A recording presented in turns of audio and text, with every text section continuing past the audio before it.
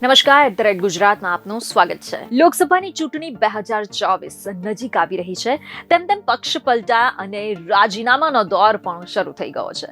લોકસભાની ચૂંટણી પહેલા આપણે વાત કરીએ તો ગુજરાતના રાજકારણમાં મોટી હલચલ જોવા મળી રહી છે. હજુ થોડા દિવસ પહેલા દર્શક મિત્રો, ગુજરાત કોંગ્રેસના વિજાપુરના ધારાસભ્ય CJ ચાવડાએ રાજીનામું આપ્યું હતું. ત્યારે હવે આજે વધુ એક ધારાસભ્યએ રાજીનામું આપી દીધું હોવાની ખબર છે. ખબર અનુસાર વાઘોડિયાના અપક્ષ ધારાસભ્ય ધર્મેન્દ્રસિંહે રાજીનામું ધર્યું હોવાનું જાણવા મળી રહ્યું છે. તેમણે વિધાનસભાના અધ્યક્ષને પોતાનું રાજીનામું સોંપી દીધું છે.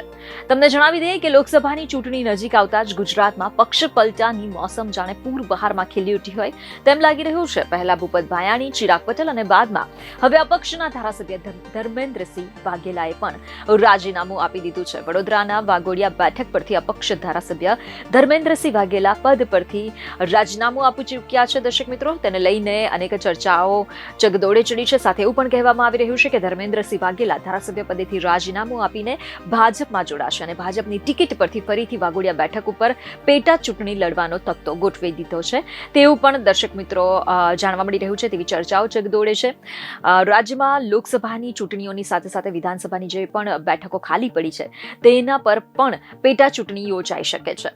આપને વાત કરીએ તો અગાઉ ધર્મેન્દ્રસિંહ ભાજપમાં જ હતા, ત્યારે હવે ફરીથી ભાજપમાં તેઓ જોડાઈ શકે તેવી ચર્ચાઓ વેગ પકડી રહી છે. એવા પણ અહેવાલ મળી રહ્યા છે કે તેમણે ભાજપ પ્રદેશ પ્રમુખ CR પાટીલ સાથે મુલાકાત કરી છે. કોણ છે ધર્મેન્દ્રસિંહ વાઘેલા? તો દર્શક મિત્રો, ધર્મેન્દ્રસિંહ વાઘેલા ક્ષત્રિય રાજપૂત સમાજમાં વર્ચસ્વ ધરાવે છે. તેઓ વડોદરા ગ્રામ્યના બાહુબલી નેતા તરીકે ઓળખ ધરાવે છે. ધર્મેન્દ્રસિંહ વાઘેલા વડોદરાની વાઘોડિયા બેઠકના અપક્ષ ધારાસભ્ય છે. તેઓ વર્ષ 2022માં અપક્ષમાંથી વિધાનસભા ચૂંટણી જીત્યા. તેઓ વાઘોડિયા બેઠક પર દિગ્ગજ નેતા મધુ શ્રીવાસ્તવને હરાવી ચૂક્યા છે. તેઓ 2022ની વિધાનસભા ચૂંટણીમાં સૌથી ધનવાન ઉમેદવાર હતા તેમ કહેવાય રહ્યું છે. બીજી અનેક ખબરો સાથે ફરી મળીશું. ધન્યવાદ.